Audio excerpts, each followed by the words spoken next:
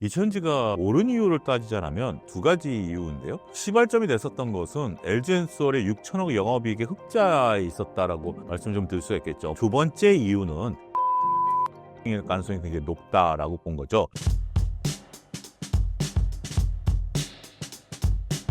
2차전지 주가가 오른 이유와 수급 현황은 어떤가요? 이천지가 외국인들 매수세가 상당히 좀 붙어 있어요. 그리고 기관도 수급이 좀 붙어 있습니다. 오른 이유를 따지자면 일단 그 두 가지 이유인데요. 첫 번째 그 발화점, 그 시발점이 됐던 것은 LG엔솔의 6천억 영업이익 흑자에 있었다라고 말씀 좀 드릴 수 있겠죠. 물론 보조금을 빼고 나면 한 3천억 정도 이익이 났습니다. ESS에서 1천억 정도 이익이 났고 나머지에서 흑자 전환했다라는 측면에 있어서는 굉장히 좀 긍정적인 뉴스가 됐죠. 그거가 나오고 나서 그 다음날 LG엔솔이 급등을 했고요. 그 다음에 이제 에코프로나 몇몇 종목들이 이제 증가세를 나타냈습니다.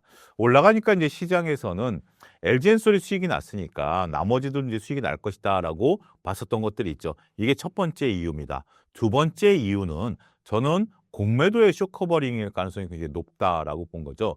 공매도는 두 가지가 누적돼 있었습니다. 하나는 우리가 공매도가 멈추기 이전에 외국인들이 무제한으로 갖고 있었던 것들이 마지막으로 이제 지금에 거의 다 털렸다라는 게 첫 번째고요.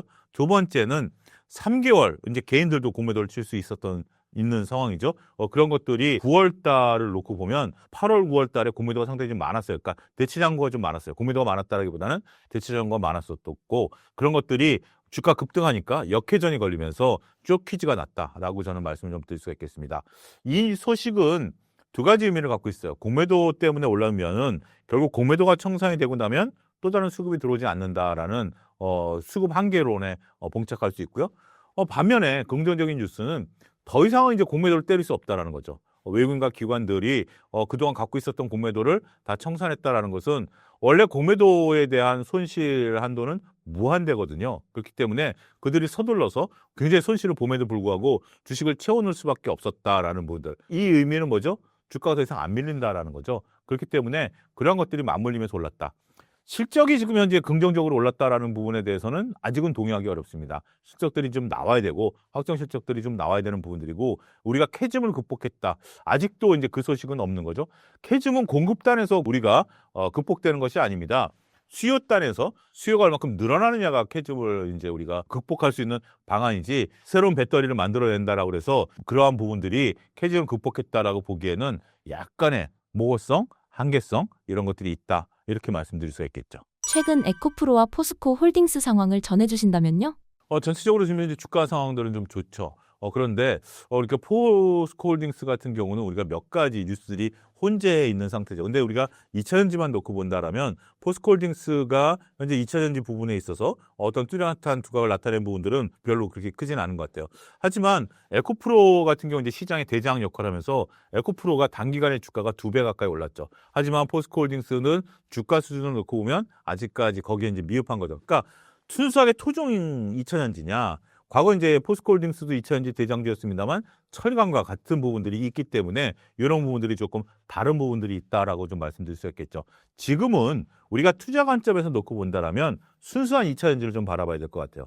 2차전지 이제 내러티브도 놓고 보면 2차전지 쪽에 내러티브가 있는 것이지 과거처럼 2차 전지와 다른 것이 섞인 상태에서 다른 걸 무시하고 2차 전지만 봤었던 시대에서 지금은 섞인 것이 아닌 순수하게 2차 전지만 기업들만 내러티브에 의해서 움직일 수 있는 가능성이 전 있다라고 보는 거거든요. 그렇기 때문에 지금 상태에서는 시장에 있어서 소수 종목을 압축하고 이 내러티브가 그 충분히 주가를 이끌 수 있는 그러한 부분들로 좀 구분해서 보실 필요가 있지 않겠는가 말씀드릴 수가 있겠습니다. LG엔솔이 벤츠 전기차 150만 대의 배터리 공급했다는 소식이 전해졌는데 시사하는 바가 있을까요? 굉장히 큰 거죠. 이것이 이제 어떻게 보면 캐즘을 극복해가는 하나의 방법이 된다라고 좀 말씀드릴 수가 있겠죠. LG엔솔이 이제 벤츠 150만 대를 공급을 하는 건데 이러한 뉴스들은 이렇게 보셔야 될 것 같습니다. 제가 이제 2부에서도 말씀을 좀 드렸던 부분들인데 공급을 150만 대를 한다라면 지금 150만 대 모두가 지금 착착착 나가는 게 아니라 벤츠가 이제 전기차가 팔리는 과정에 있어서 이것들을 이제 같이 나가는 거죠. 그리고 이제 가격도 고정 가격으로 나가는 것은 아닙니다. 이런 계약 같은 경우는 그때그때 시장 가격을 반영하는 거거든요. 만약에 이게 고정 가격이다라면 LG엔솔 입장에서도 억울할 수가 있어요. 만약에 캐즘이 극복돼서 배터리 가격이 올라가게 되면 뭐 그때는 장기 계약에 따른 손실을 볼 수 있는 거고 벤치 입장에서도 별로 맞물리는 건 아니죠. 이건 두 가지 의미를 여러분들이 잘 구분하셔야 되는데 첫 번째는 이 계약이 자동차 판매와 연계돼 있다라는 거고요. 그다음에 두 번째는 배터리 가격이 시장과 연계돼 있다라는 겁니다. 따라서 이러한 소식은 굉장히 긍정적이지만 우리가 이러한 소식으로 바라볼 수 있는 것이 뭐죠? 첫 번째는 내러티브에 대한 긍정적인 부분들, 그다음에 실적에 대한 부분들을 봐야 되는 거 아니겠습니까? 실적에 대한 부분들은 약간의 모호성이 있다라는 계약으로 보셔야 될 것 같아요. 하지만 이 실적 모호성보다는 이건 내러티브가 굉장히 강한 뉴스입니다. 이 두 가지를 균형 감각을 가질 때 어디에 방점을 찍느냐라고 봤을 때는 지금 LG엔솔 같은 경우는 내러티브에 방점을 찍으셔야 돼요. 내러티브에 방점을 찍고 그다음에 실적이 또 긍정적으로 나오는지는 앞으로 이런 뉴스들이 계속 쌓이면 어떻게 되죠? 시장이 공급자 위주가 될까요? 수요자 위주가 될까요? 2차전지를 바라보시는 분들은 뭐죠? 공급자 위주의 시장이 되는 거죠. 과거 우리가 2차전지의 영광은 공급자들이 시장 가격을 좌지우지하고 이런 것들에 따라서 나쁜 가격을 좌지우지했을 때 주가 퍼포먼스를 기대하는 거 아니겠습니까? 따라서 이러한 내러티브가 쌓이면 결국 이 부분은 올라간다. 하지만 내러티브가 쌓이지 않으면 이 모호성 때문에 주가의 중기 상승 탄력은 조금 우리가 지켜봐야 된다. 이 부분을 잘 보셔야 돼요. 이거 굉장히 중요한 얘기입니다. 지금 주가를 움직이는 것은 원래 주식은 두 가지 관점으로 움직입니다. 하나는 기대감으로 오르고요. 그다음에 실적으로 올라갑니다. 그렇기 때문에 지금 2차 전지를 고생하고 있는 이유가 뭐죠? 우리가 실적으로 2030년까지 2차 전지가 어마어마하게 성장할 거다라는 기대감으로 올랐던 것이 실적이 뒷받침이 안 되면서 적자 전환되면서 주가가 떨어진 거 아니겠습니까? 자, LG엔솔 같은 경우는 이제 마찬가지예요. 벤치에 납품했다라는 것은 굉장히 기대감이 높은 거고요. 실적 모호성이 있습니다만 저는 일단 캐즘을 극복하는 과정이 100점 만점이다라면 이 중에서 한 20점 점수는 딴 것 같아요. 그런 부분에 있어서는 긍정적인 뉴스로 봐야 된다. 하지만 100% 우리가 무조건 이제 저점을 돌파했다라고 보기에는 모호성이 있다. 이렇게 정리하겠습니다. SK온 북미 최대 2조 원 규모 ESS 첫 수주를 계약했는데 어떤 내용인가요? 이게 이제 플랫아이온에 이제 SK온이 이제 납품을 했다라는 건데 우리가 이제 2차 전지를 이제 바라보는 분들이 이런 관점으로 보는 거죠.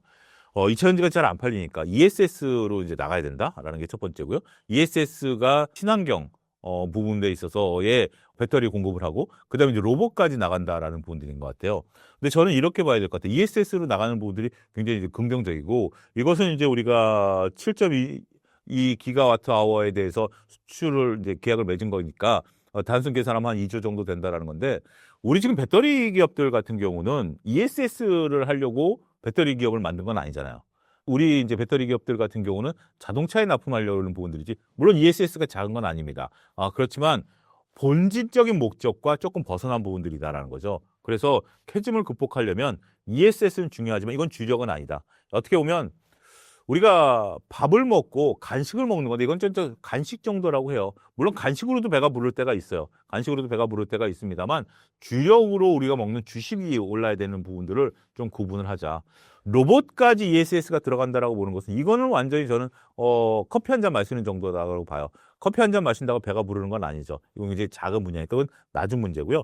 어쨌든 좀 긍정적인 부분들이 되는데 이 또한 우리가 이제 앞으로 뭐 친환경과 관련해서 여러 가지 우선 협상권도 있고 이 기업과 되는 부분들이 있습니다만 납품 가액이 중요한 것 같아요. 제가 조금 전에 LG엔솔 얘기할 때는 내러티브가 중요하다라고 말씀을 드렸는데 이 SK온 같은 경우는 우리가 적자 회사잖아요. 흑자 전환될 수 있는 매출과 영업이익이 얼마큼 나타나냐 이 계약을 통해서 그 부분이 더 중요한 것 같아요. 그러니까 기업마다 우리가 물건을 팔고 이익이 나는 과정에 있어서 물건을 파는 게 더 중요하느냐 이익이 나느냐를 중요하게 된다면 SK온은 이익이 나느냐 여부가 훨씬 더 중요한 투자 포인트가 된다라는 것을 잘 구분하실 필요가 있지 않을까 싶습니다. 2차 전지는 장기 매수가 적기인가요? 저는 이 시점에 지금 시점에서 장기 매수가 적기냐라는 부분들에 보면 조금 저는 조심스러워요. 2차 전지가 여러 가지 이제 실적들이 좀 나와야 되는 거고 단기간에 50% 정도 올라왔으니까 실적이 모호한데 단기간에 50% 올라왔으면 일단은 조금 좀 지켜봐야 되는 부분들이 아닌가 싶어요. 여기서 이제 주가가 좀 치고 올라가는 거 아니야? 라고 보기에는 조금 그 부분은 좀 조정이 좀 필요한 것 같아요. 원래 주가가 단기간에 올라가면 이동평균선과 주가가 움직인 봉가의 거리가 벌어집니다. 이걸 이제 우리가 이격도라고 표현을 하는데요. 이격도가 벌어지면 물리적인 법칙에 따라서 원래 봉가 이동평균선은 만나서 같이 가는 거거든요. 자, 갑자기 벌어졌어요. 그러면 이 벌어진 것이 만나려면 어떤 과정이 있어야 되죠? 하나는 기간 조정. 봉이 기간 조정으로 주가가 멈춰 있는 상태에서 이동평균선이 올라오기를 기다려야 되는 거고요. 이건 주가가 강하다라는 반증입니다. 반면에 봉이 내려오는 겁니다. 가격 조정입니다. 가격 조정이 나타나는 건데 글쎄요. 저는 기간 조정보다는 가격 조정이 나타날 가능성이 있다라고 보는 거죠. 기간 조정의 대표적인 것은 두에빌이죠. 두에빌 같은 경우 7만 원대에 장기적으로 횡보를 했었죠. 그러다가 이동평균선이 만나고 나서 지금 이제 10만 원까지 튀어버린 거 아니겠습니까? 그런 거가 이제 기간 조정이고요. 가격 조정 같은 경우는 우리가 단순하게 주가가 올라갔다 떨어지고 주가가 올라갔다 떨어지는 수많은 기업들이 모습들이 있는 거죠. 이런 부분들을 놓고 보면 현재 그 2차전지를 장기 투자하기에는 조건들이 많아요.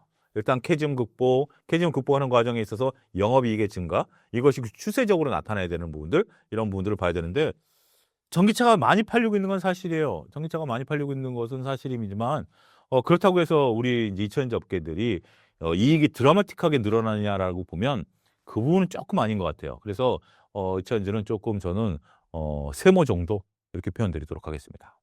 올해 하반기나 내년 상반기 2차 전지 기대할 만한 주가 상승 시점은 언제로 보시나요? 우리가 기업이 이제 존재 목적이 뭘까요? 기업의 존재 목적은 매출입니다. 물건을 팔고 두 번째는 이익을 남기는 거죠. 그러면서 매출과 이익이 적절하게 움직여야 된다는 거죠. 지금 2차전지 업계가 직면한 부분들은 매출이 꾸준히 늘어나는 부분들이 있어요. 근데 다행스럽게도 몇몇 기업들의 매출은 좀 늘어나는 것 같아요. 특히 이제 완성 2차전지 업계인 LG엔솔이라든지 삼성 SDI, SK온 같은 경우는 나름대로 이제 매출이 좀 늘어나는 부분들이 있는 것 같아요. 이제 우리가 봐야 되는 것은 영업이익인 것 같아요. 뭐 에코프로나 뭐 에코프로 BM, 그다음에 이제 우리가 뭐 코스모화학이라든지 성일하이텍 같은 폐배터리 업계까지 전체적으로 놓고 본다라면 저는 이제 이익이 얼마큼 나느냐가 중요한 것 같아요. 이익이 나기 시작한다라면 2차 전지가 갖고 있는 특징 중에 하나는 폭발성이 있다라는 거죠. 우리나라 투자자들이 2차 전지 굉장히 좋아하고 많은 분들이 2차 전지 박사일 거예요. 저보다 더 박사분들이 많으실 겁니다. 그런데 주가가 움직일 때는 이 박사라고 해서 주가가 움직이는 건 아니죠. 박사가 주식에 있어서 도움이 된다라면 대학 교수님들이 더 수익이 날 것이다. 이런 또 오래된 얘기들이 있지 않습니까? 그렇기 때문에 타이밍을 잘 잡아야 되는데 그 타이밍이 벼르고 주식에 불을 붙여야 되는데 그것이 기업에서는 이익에 있을 것이다. 기업의 이익만 적절하게 나오면 2차 전지는 새로운 퍼포먼스가 가능하다. 그 부분에 집중해서 보셔야 된다. 이렇게 정리하겠습니다. 한국 조방원전, 지금 슈퍼사이클이라고 볼 수 있을까요? 그렇죠. 우리가 이제 2025년 상반기를 조방, 원전 이 네 가지 섹터, 반도체까지. 근데 반도체는 삼성전자를 저희가 2부에서 다뤘으니까요. 조방 원전이 굉장히 좀 중요한 섹터다라고 말씀을 좀 드릴 수가 있겠습니다. 근데 이들의 특징을 놓고 보면 원전에 대한 부분들만 조금 빼고 나머지 조방, 전선, 전력기기 이런 부분들을 보면 수출에 대한 영업이익이 굉장히 좀 크다라는 부분들이죠. 그렇기 때문에 우리가 기업의 이제 이익에 따라서 주가가 움직인다는 면에 있어서는 굉장히 이제 고무적인 거죠. 원전 같은 경우는 미래에 대한 우리가 이제 먹거리고요. 앞으로 이제 굉장히 큰 이익을 날 거다라고 본다라면 네 가지 공통점은 결국 그거죠. 수출 모멘텀으로 주가가 좀 올라가 있는 그런 상태다라고 말씀드릴 수 있겠습니다. 그런데 이것이 이제 너무 오랫동안 주가가 이제 올라오다 보니까 약간의 피로감이 좀 있는 것 같아요. 저는 이렇게 말씀을 좀 드릴 수가 있겠습니다. 우리가 생활을 하다 보면 냉장고에서 기본 반찬을 꺼내서 먹지 않습니까? 김치라든지 몇 가지 나물 뭐 이런 것들을 이제 해서 이제 기본 반찬을 먹는 건데 지금 조방 원전은 기본 반찬인 것 같아요. 필수 영양소가 되는 이제 기본 반찬인 것 같은데 너무 오랫동안 먹다 보니까 약간 좀 이제 물린 느낌이죠. 그래서 새로운 어떤 재료들을 좀 나타내야 되는 부분들. 그래서 가끔 우리가 이제 뭐 네카오도 좀 건들고 2차전지도 좀 건들고 어떻게 보면 하나의 뭐 제육볶음도 먹었다가 뭐 탕수육도 먹었다 뭐 이런 부분들인데 어찌됐든 우리가 그래도 물려도 계속해서 우리가 먹게 되고 찾게 되는 김치처럼 조방 원전은 우리 주식시장에 있어서 수출 모멘텀, 이익 모멘텀에 따라서 꾸준히 우리가 관찰해야 되는 중요한 섹터가 아니겠나 그렇게 말씀드리도록 하겠습니다. 요즘 조방원전 분위기 아직 초입인가요? 아니면 피크인가요? 지금 상태는 한 중반 정도 되는 것 같아요. 우리가 초입과 그다음에 이제 피크 요 단계까지 양극단으로 볼 필요는 없는 것 같아요. 중반 정도인데 자 이제부터 봐야 될 포인트가 저는 다르다라는 겁니다. 매우 중요한 말씀 좀 드리도록 하겠는데요. 먼저 조선을 말씀드리면 조선은 우리가 이제 마스카 프로젝트에 따라서 1,500억 달러를 이제 투자한다는 거죠. 물론 이제 필리조선소 중심으로 이제 투자를 할 것으로 보여지고 있는데 조선업종 같은 경우 2017년에서 18년으로 넘어가면 일단 마스카 프로젝트를 생각하지 않으면 도크가 빕니다. 그렇기 때문에 이익이 어느 정도 선에서 멈출 수가 있어요. 그것을 이제 새롭게 할 수 있는 게 미국의 이제 LNG, 마스카 프로젝트 이런 부분들인데 거기에는 막대한 돈들이 투자되는 거예요. 그래서 캐펙스 투자가 많이 들어가야 됩니다. 1,500억 달러를 투자한다라는 것을 우리 조선업계들이 떠안게 된다라면 그 정도 비용의 증가 아니겠습니까? 이거는 굉장히 비용의 증가에 따른 이익이 훼손될 가능성이 있어요. 따라서 우리가 조선업종 같은 경우는 신규 수주가 들어와야 됩니다. 최근에 우리가 삼성중공업하고 HD 현대 주가가 올랐던 것들이 중동에서 LNG 15척 수주에 대한 얘기가 나오지 않았습니까? 그런 것처럼 신규 수주가 들려야 돼요. 그래야 조선주가 올라갑니다. 신규 수주가 없으면 조선주는 캐펙스 투자에 눌릴 가능성이 있다. 이 부분은 여러분들이 잘 보셔야 되겠고 두 번째 방산 같은 경우도 신규 수주가 들어와야 되는 거고 신규 수주가 들어올 때 방산은 영업이익률이 6% 이상 나와줘야 됩니다. 영업이익률이 6% 이하로 떨어지게 되면 수주를 받았을 때 이익이 잘 안 나는 거예요. 따라서 방산주 같은 경우는 신규 수주와 더불어서 영업이익률이 6%대를 유지할 수 있느냐. 그보다 더 크게 나오면 더 좋죠. 8% 9% 나오는 현대로템 같은 경우는 주가가 그래서 좋은 거 아니겠습니까? 영업이익률이 6% 정도 나와야 된다. 자, 원전 같은 경우는 지금 이제 우리가 많은 내러티브들이 있어요. 그래서 이 내러티브에 따라서 매매를 해야 된다. 원전 같은 경우는 직접적으로 수주가 나와도 그것을 착공하는 데까지 5년 정도 이상 넘게 걸리니까 새로운 내러티브가 필요하다. 전력기기는 전 더할 나위 없이 좋다. 지금 앞으로 발전 가능성도 있고 그다음에 지금 수주 잔고도 많고 영업도 좋다. 자, 우리 지금 수주 잔고 가장 많은 효성중공업이 글로벌 몇인지 아십니까? 대략 한 10위권 정도 됩니다. 그 위에는 우리가 GE도 있고 히타치도 있고 여러 가지 기업들이 있어요. 그럼에도 불구하고 우리나라에 지금 막대한 수주잔고 10조가 넘는 수주잔고가 있고 이익이 나는 거거든요. 그래서 이 섹터 중에서 지금 계속해서 꾸준히 정말 높은 주가 상승도 지금 말하고 있습니다만 우리가 조방원만 있잖아요. 그러다가 이제 조방원 전력기기까지 지금 이제 포함이 된 부분들이기 때문에 전력기기에 대해서는 계속해서 누적되는 부분들. 물론 이제 밸류에 대한 논란들도 있고 가격 부담도 있긴 하겠습니다만 지금 상태에서는 전력기기가 가장 비교 우위에 있는 부분들이고 나머지는 제가 말씀드렸던 그러한 체크 요소들 이런 것들을 잘 보시면서 투자하면 되지 않을까 말씀드릴 수 있겠습니다. 현재 투자금 1억이 있다면 조선주, 방산, 원전에 투자해도 괜찮을까요? 대형주 또는 기자재, 협력사 쪽도 관심을 가져도 될까요? 지금은 대형주로 보셔야 될 것 같아요. 지금 이제 시장을 이끄는 주체가 누군가요? 시장을 이끄는 주체는 외국인이에요. 외국인들이 사는 날은 주가가 올라가고 외국인들이 파는 날은 주가가 떨어지죠. 그렇기 때문에 외국인들 장이다라는 건 인정을 하셔야 될 것 같아요. 외국인들 장의 특징은 뭐냐면 사이즈가 커야 돼요. 외국인들 입장에서는 사이즈 큰 것만 들어옵니다. 사이즈 큰 것가 들어오고 그리고 지금은 사이즈 큰 것들에 따른 수익률 게임들이 나타나고 있는 거예요. 근데 시장의 특징을 놓고 보면 지금은 지금 장에서 20%, 30%, 50% 수익 냈다? 지금 자랑이 아니에요. 지금은 자랑은 뭐냐면 오늘 하루 10% 수익 냈다? 오늘 하루 15% 수익 냈다? 이게 자랑인 장이에요. 여러분들 이해하시죠? 제 말을 충분히 이해하실 겁니다. 그런데 대형주들이 그렇게 움직여요. 지금은 이익단에 의해서 외국인들이 건드릴 수 있는 대형주를 사야 된다라고 말씀을 좀 드릴 수가 있겠습니다. 따라서 1억이 있다라면 저는 대형주 위주로 포트폴리오를 구성하셔야 돼요. 그리고 약 20%씩 우리가 말씀드렸던 지금 오늘 제가 하루 종일 얘기했던 반도체라든지 조방원전 뭐 이런 쪽들은 봐야지 그 밑에 단에 있는 기업들까지 보기에는 조금 밑에 단에 있는 기업들도 이미 주가는 많이 올랐다라는 부분들에서 보면 올라갈 만한 것들은 외국인들이 건드리는 것들은 그래서 그런 것들은 변동성이 워낙 크기 때문에 대형주 위주로 봐야 된다. 그리고 고객의 탁금이 워낙 큰 상태에서 가는 애들만 지금 가는 그런 장세이기 때문에 그런 장의 특징을 잘 읽어내자. 그때마다 장의 성격이 조금씩 다릅니다. 우리가 이제 2014년은 하이닉스가 올라가면서 반도체가 이제 다 한 바퀴 돌았죠. 이런 부분들이 있었고 우리가 2차전지가 올라갈 때 2차전지가 뭐 전고체까지 한 바퀴 다 돌았죠. 그런 장의 특징이 아니에요. 지금은 그런 장이 아니라 서로 간에 안 올랐던 것들이 올라가긴 해요. 근데 올라가는 것들을 보면 대형주들이 올라갑니다. 대형주들이 그런 수익률을 내기 때문에 그렇게 대형주 위주로 보자 이렇게 정리하겠습니다. 요즘 조선사들 실적이 사상 최고 수준인데 주가 선반영에 대한 의견은 어떻게 생각하시나요? 지금은 어느 정도는 계속해서 선반영되고 있다라는 부분들을 봐야 될 것 같아요. 우리가 어떤 주식을 살 때 앞으로 이익이 좋아질 거다라는 부분들에 대해서 사는 거 아니겠습니까? 그래서 저는 선반영되는 부분들은 일부 있다라고 봐요. 그렇기 때문에 앞서 언급드렸다시피 신규 수주라든지 새로운 뉴스들이 계속해서 있어야 되는 거예요. 그러한 새로운 뉴스들이 없게 된다라면 이런 선반영에 대한 부분들이 끝나간다라는 거죠. 지금 많은 기업들이 선반영되어 있는 것도 있어요. 선반영과 그거에 대한 단순 수급, 그다음에 기대감 수급 이런 것들이 맞물리면서 주가가 상당히 좀 높아져 있는 부분들이기 때문에 자, 우리가 있잖아요. 어떤 뭐 불을 뗄 때 산소가 적절히 공급이 돼야 되잖아요. 근데 산소 공급이 딱 끊기면 어떻게 되죠? 불은 계속 타다가 어느 순간 꺼져요.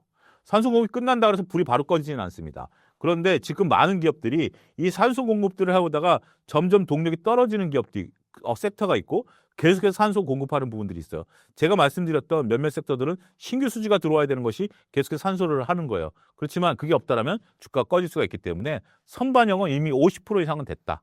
저는 그렇게 정리하겠습니다. 트럼프 행정부의 관세 타협 이후 조선업에는 득일까요? 트럼프 대통령이 이런 얘기를 했어요. 그러니까 CEO 서밋에서도 조선, 그다음에 만찬에서도 조선. 지금 미국 입장에서는 트럼프 대통령이 그런 얘기를 했어요. 2차 세계대전 당시에는 하루에 배 한 차씩 만들었다. 맞는 사실입니다. 리버티 선이라고 해서 배를 정말 몇 개 조선소에서 막 쏟아내듯이 찍어냈었던 그런 시대도 있습니다. 물론 그건 전쟁기였고요. 그 뒤에 이제 우리가 뭐 존슨법이라든지 자국 선박은 자국 내에서 만들어야 된다. 뭐 이런 것들 때문에 이제 미국의 조선업이 완전히 거의 이제 괴멸 상태에 도달했다라는 거죠. 따라서 미국이 필요한 부분들이에요. 우리가 이제 마스카 프로젝트라는 것을 누가 제안했는지 여러분 잘 아실 겁니다. 우리가 만든 말이고요. 우리나라의 김동관 하나 부회장이 이것을 제안을 한 걸로 알려지고 있지 않았습니까? 미국이 필요한 거예요. 미국이 필요한 거기 때문에 이 부분에 있어서는 1,500달러 따로 떼서 얘기한 거잖아요. 3,500억 달러 중에 일본과 다르게 1,500억 달러는 따로 떼서 우리가 얘기해서 2,000억 달러가 우리가 실질 부담금 아니겠습니까? 그런 부분들이기 때문에 조선업이 커질 거는 저는 당연히 봐요. 단 미국이 자국배를 만드는데 우리한테 막대한 이익을 줄까요? 저는 그렇게 생각하지는 않습니다. 우리가 MRO를 한다라고 해서 우리가 이익이 커질까요? 저는 그렇게 생각하지 않습니다. 그래서 앞서 조선업종을 얘기할 때 투자를 지금 계속 해야 되는 입장이에요. 그렇기 때문에 이익단에서는 상당히 박할 수 있어요. 따라서 조선업종이 미국을 통해서 우리나라도 부흥한다라는 것은 좀 긴 호흡이 필요하다. 오히려 그거보다 지금은 단기간의 이익에 따라서 조선주도 올라와 있기 때문에 미국 모멘텀을 보려면 좀 더 긴 호흡으로 차분히 보자. 자, 입장을 바꿔놓고 생각해 보십시오. 여러분들의 이익을 위해서 다른 사람한테 일을 시킬 때 다른 사람한테 막대하게 이익을 남겨줄까요? 그런 건 아니죠. 그런 부분들을 조선업종은 셈법이 복잡해요. 그래서 그런 셈법을 잘 하셔야 되는 상황이다. 이렇게 말씀드리겠습니다. HD현대중공업, 삼성중공업, 하나오션까지 포함하여 지금 조선시장의 진짜 대장은 어디라고 보시나요? 저는 하나그룹을 봐야 될 것 같아요. 하나오션이 여러분들 방산줄까요? 조선줄까요? 저는 둘 다라고 말씀드릴 수 있겠습니다. 그래서 한화그룹이 김수현 회장이 로키드 마틴처럼 한국의 로키드 마틴처럼 만들겠다라는 부분들 때문에 했고 또 장남에게 그 방산 쪽을 이제 물려준 거 아니겠습니까? 그런 부분을 놓고 보면 전 하나가 굉장히 커질 것 같아요. 이 얘기는 제가 2년째 하고 있는데요. 하나그룹들, 하나오션, 하나시스템, 하나에어로스페이스 이런 쪽들이 앞으로 뭔가 계속해서 이제 큰 흐름들, 큰 부분들을 만들어낼 것으로 보게 된다면 하나에 집중해서 보자. 이렇게 정리하겠습니다. 신사임당 구독자분들께 한마디 부탁드립니다. 긴 말씀 좀 드렸는데 지금 어떻게 보면 변화기인 것 같아요. 변화기일 때일수록 투자에 대한 관심들을 좀 높여야 된다라고 말씀드릴 수가 있겠고 단 여기서 이제 말씀드리고 싶은 것은 신용 매매라든지 리스크를 떠안는 매매는 좀 조심스러울 수 있다. 이 부분까지 좀 말씀드리면서 일단은 지금 상태에서는 여러 가지 주변 여건들의 변화들을 면밀히 살피면서 투자에 나서기를 권고해 드리도록 하겠습니다.